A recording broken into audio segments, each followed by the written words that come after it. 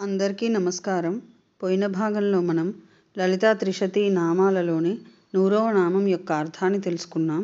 ఈ భాగంలో 101వ నామం యొక్క అర్థాన్ని తెలుసుకుందాం.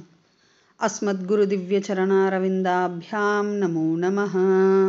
అశేషజనమోహినీం అరుణమాల్యభూషాంబరాం జపాకుసుమభాసురాం జపవిధౌ స్మరేదంబికాం. శివాయ గురవే నమః. శ్రీగురు పదాంభుజములకు సభక్తికమైన ప్రణామాంజలి సమర్పణతో శ్రీ లలితా త్రిశతి నామ సంఖ్య 101. ఓం హకార రూపా నమః. ఓం హకార రూపా, ఇది 5 అక్షరముల నామం. ఈ నామముతో మనము అమ్మవారికి సభక్తికముగా నమస్కరించుచున్నప్పుడు ఓం హకార రూపాయై నమః అని పలుకవలెను. హకార రూప హావర్ణము స్వరూపముగా కలది.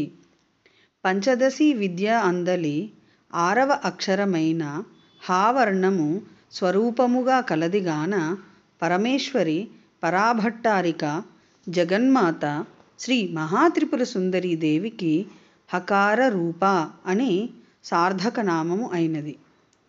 లోపాముద్ర పంచదశి మూల విద్యగా అనగా పంచదశి మహావిద్య యొక్క వాచ్యార్థమైన హకారము నిలయమై పరమేశ్వరి శ్రీ లలితా త్రిపుర సుందరి తత్వమునకు వాచకమైన హ్రీం బీజము కలది కాన పరాశక్తి రాజరాజేశ్వరి హకార రూప అని స్థూయమానమగుచున్నది.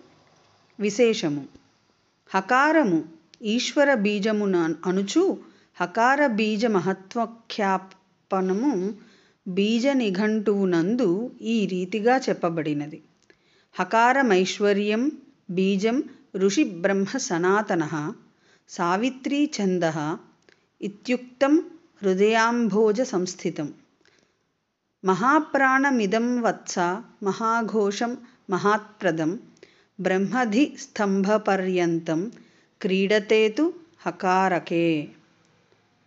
నమృత్యోర్భయమాప్నోతి దశలక్షేణ వై గుహ బిందునాద సమాయుక్త జపాత్ పృథ్వీ జయం భవేత్.